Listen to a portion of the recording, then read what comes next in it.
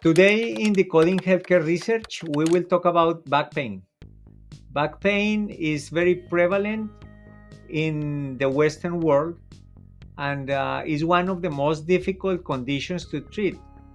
The prevalence is so high that almost everybody has or will experience back pain throughout their lifespan. So, we will talk about the role of different muscles, different training methods, and what to do in order to improve this condition. Don't forget to follow me in my YouTube channel, Dr. EF Rain. I also have presence in the different social networks, Facebook, Instagram, and TikTok. Enjoy the episode.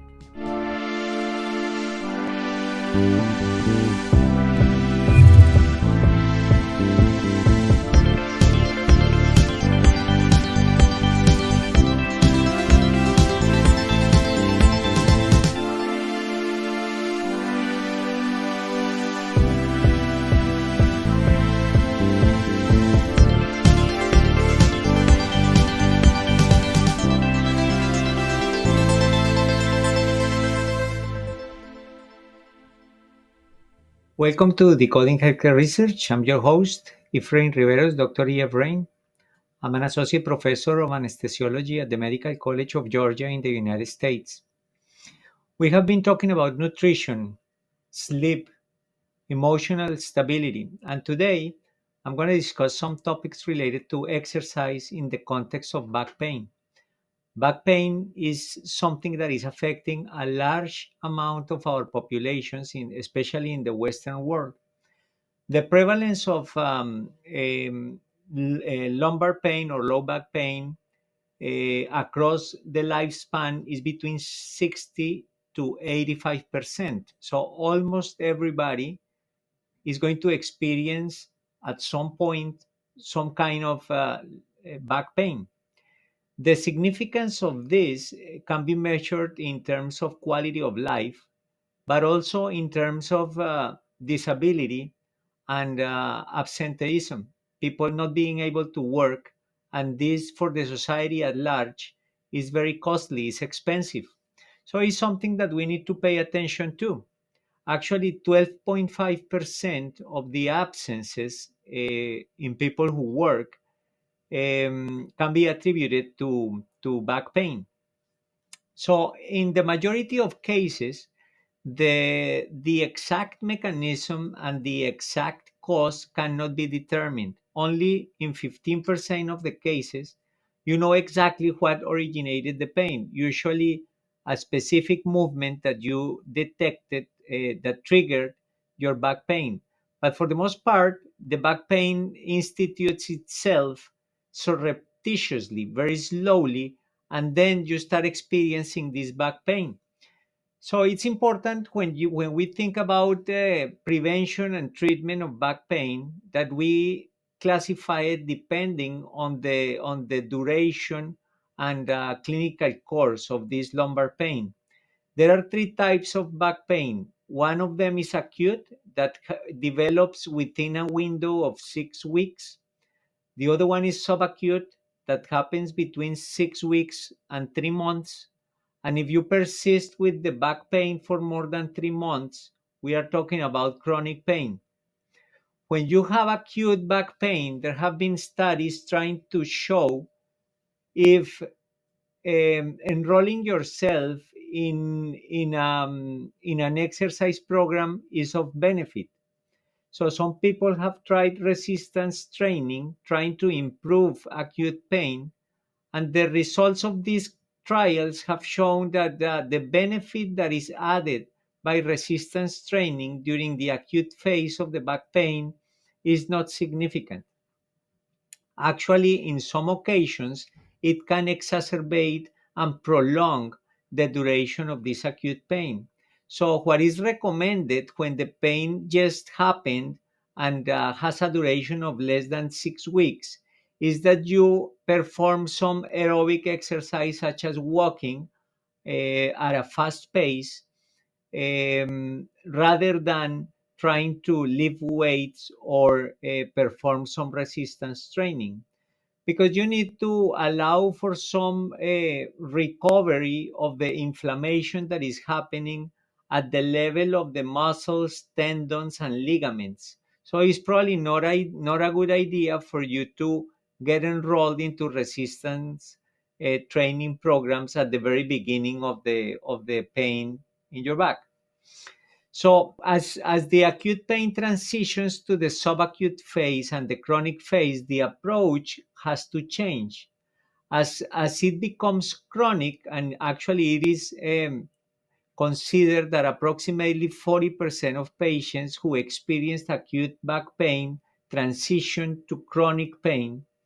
In those patients, resistance exercise becomes important. Furthermore, the combination of resistance training with aerobic exercise yields the best results. So let's start talking about aerobic exercise. Why is it useful in the context of back pain? First of all, there is a significant increase in blood flow to the affected muscles, and this increase in blood flow improves the delivery of oxygen and nutrients to those tissues that are in the process of repair. So it's important to perform some aerobic exercise. It has been demonstrated that patients with back pain have lower VO2 max, or maximum oxygen consumption, which is a measure of fitness. So this goes in both directions. Obviously, if you have back pain, it is expected for you to not be in shape as a result of that. But the opposite is also true. It has been shown that for males, 10% of difference exists between those with back pain versus those without. And for women, is 5.6 ml per kilo of VO2 max. That means that the patients who are not physically fit are more prone to develop back pain. So the role of aerobic exercise is not only therapeutic for those who already have back pain, but is preventive for those who haven't developed it. So, in other words, the more fit you are from the cardiovascular standpoint, the lower the risk for you to develop back pain.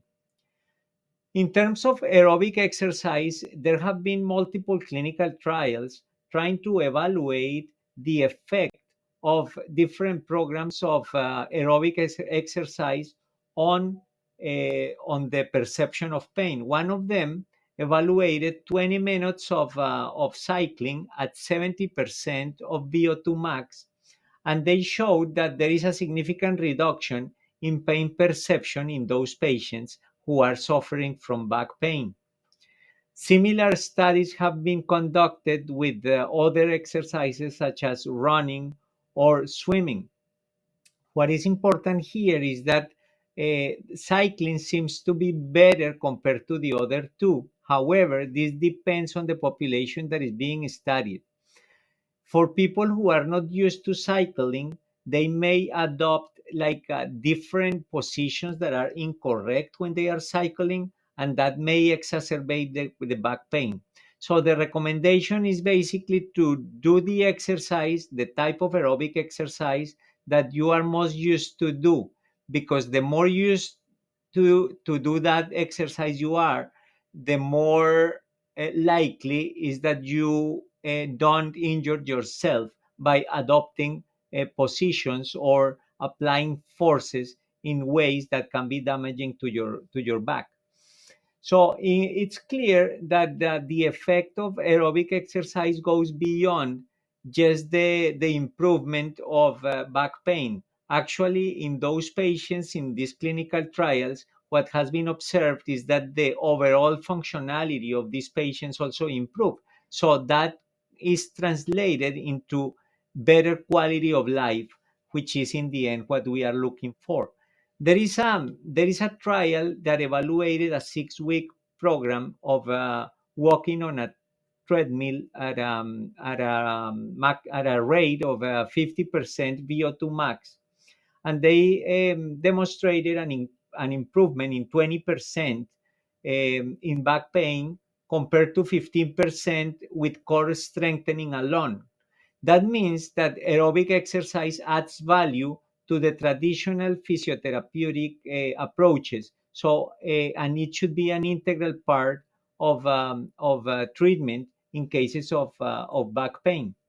That's a 6 week program. What happens with an 8 week program? Well, there is a study evaluating an 8 week program of aerobic exercise at 50% VO2 max, which is equivalent to to walking fast.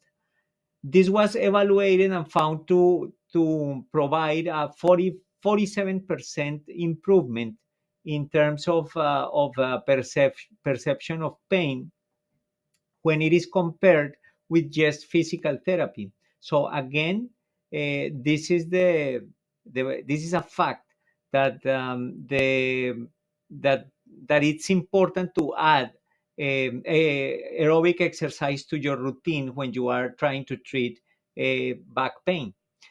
What about a 12-week program? There is a study evaluating a 12-week program at 85% VO2 max, and they found that the improvement was close to 50%.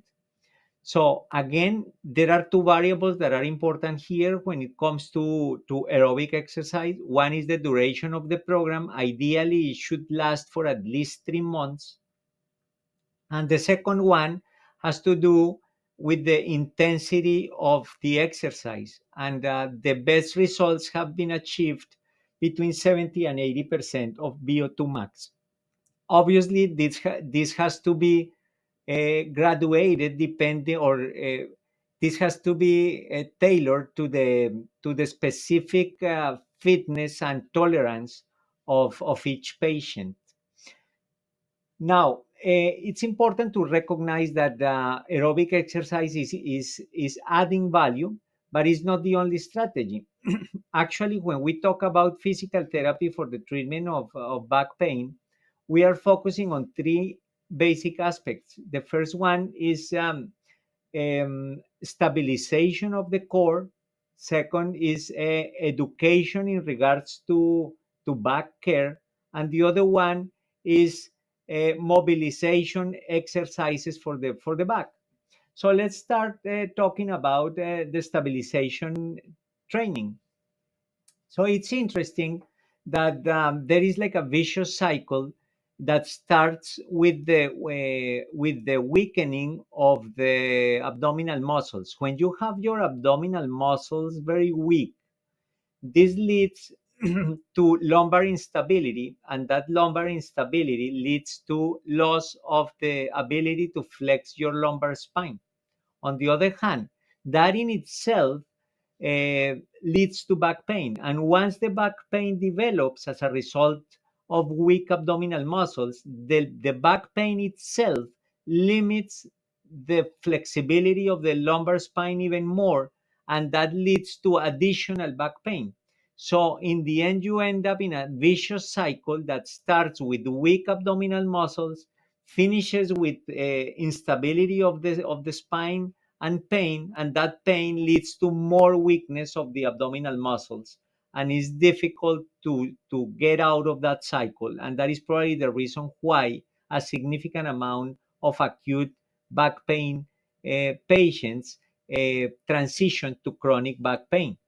So what can we do about that? The first thing is to understand that some abdominal muscles lend stability to the vertebral column, specifically the transverse abdominis muscle and the transverso spinal muscle, which is a series of muscles that are on both sides of the spinal column and give stability to that structure. Interestingly enough, those two groups of muscles are stimulated when you walk fast. That's probably why it is recommended that at early stages and throughout your recovery period, you should focus on walking at a fast pace.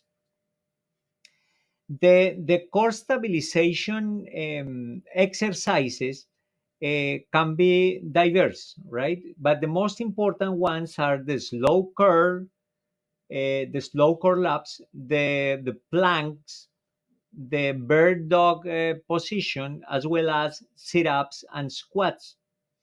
When you perform these exercises, you are strengthening the abdominal muscles, specifically the transversus abdominis muscle, the oblique muscles, and some of them also strengthen the gluteal muscles, specifically the squats. A 3-month program with core stabilization exercises like the ones I just described has been associated with an improvement of 78% in back pain. The improvement is still significant after 8 weeks, uh, but is definitely less compared to 3 months.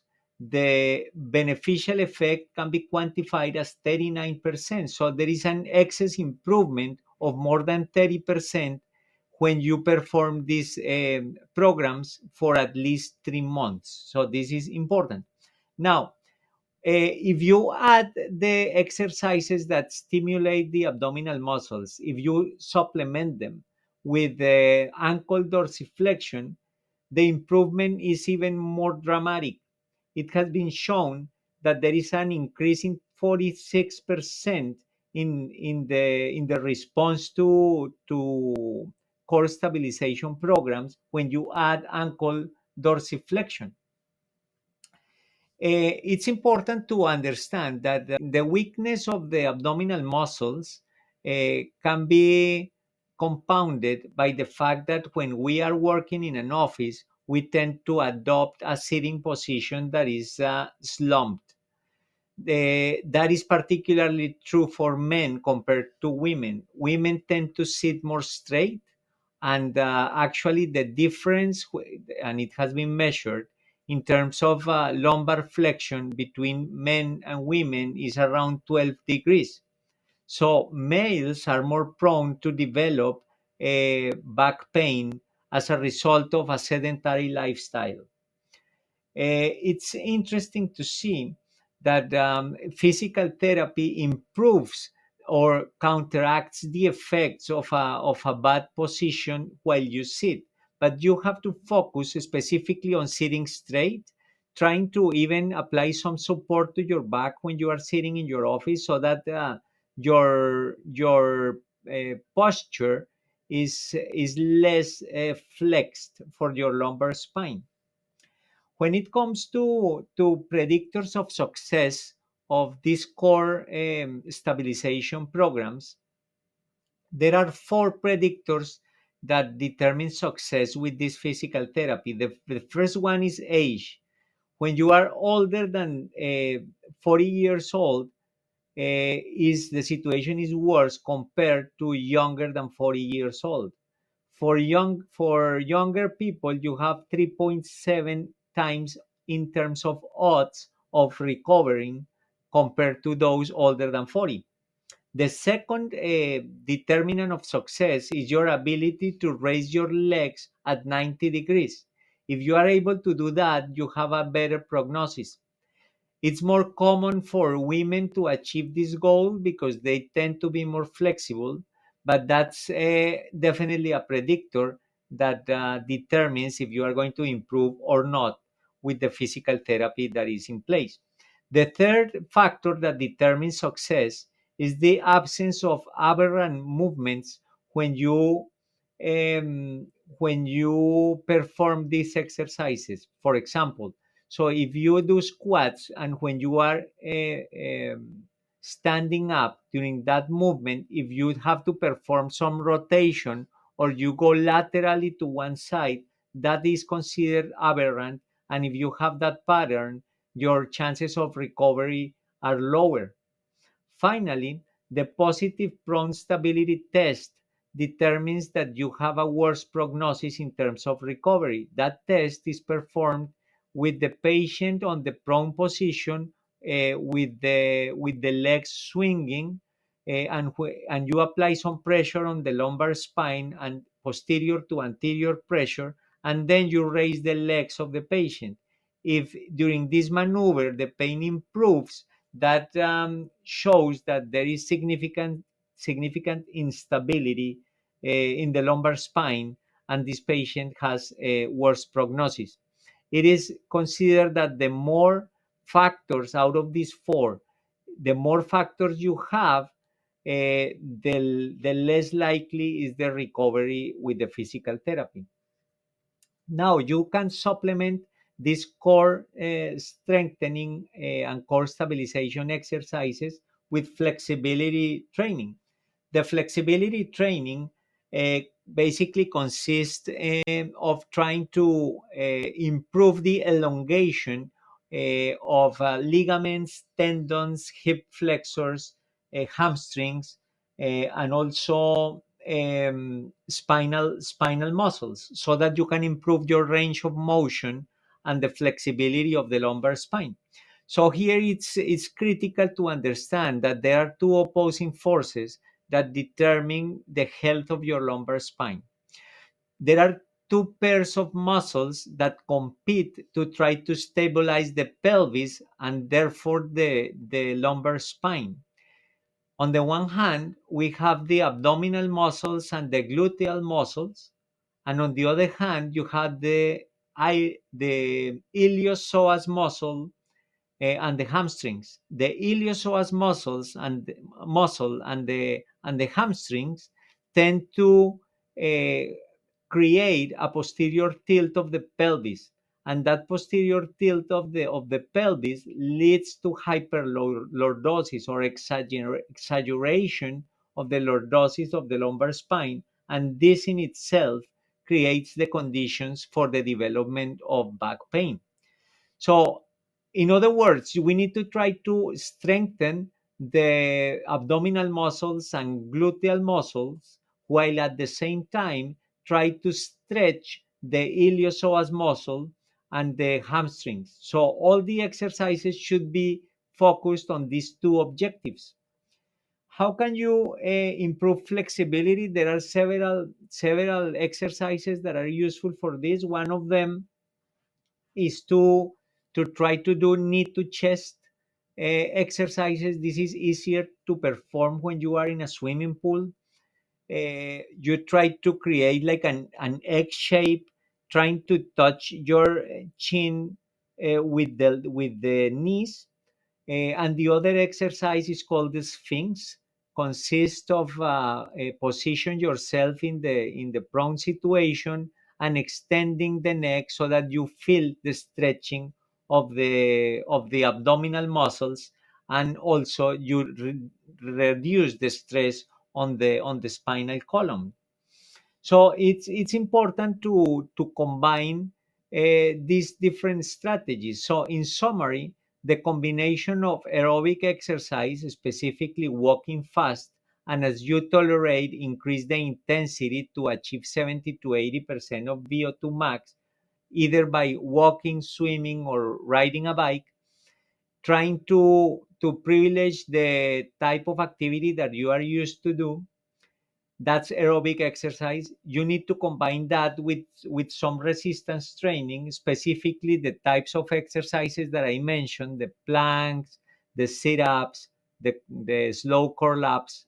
That's going to supplement your training exercise, and add some flexibility training to that. This is only the physiotherapeutic aspect of the lumbar pain, but we also need to recognize that lumbar pain is a multifactorial entity that depends on emotional factors, stress related factors. It is also related to nutrition and maintenance of body weight. And obviously, the quality of sleep also affects the lumbar pain in both directions, actually. So if you have back pain, it's going to be more difficult to have a good sleep, and the lack of sleep also affects your ability to recover the inflammation of the affected muscles. So, this in a nutshell is a short review and very practical to lumbar pain. So, I hope this information is useful and you can incorporate it to your lifestyle in order to achieve a plentiful life with happiness and with health. See you in the next episode.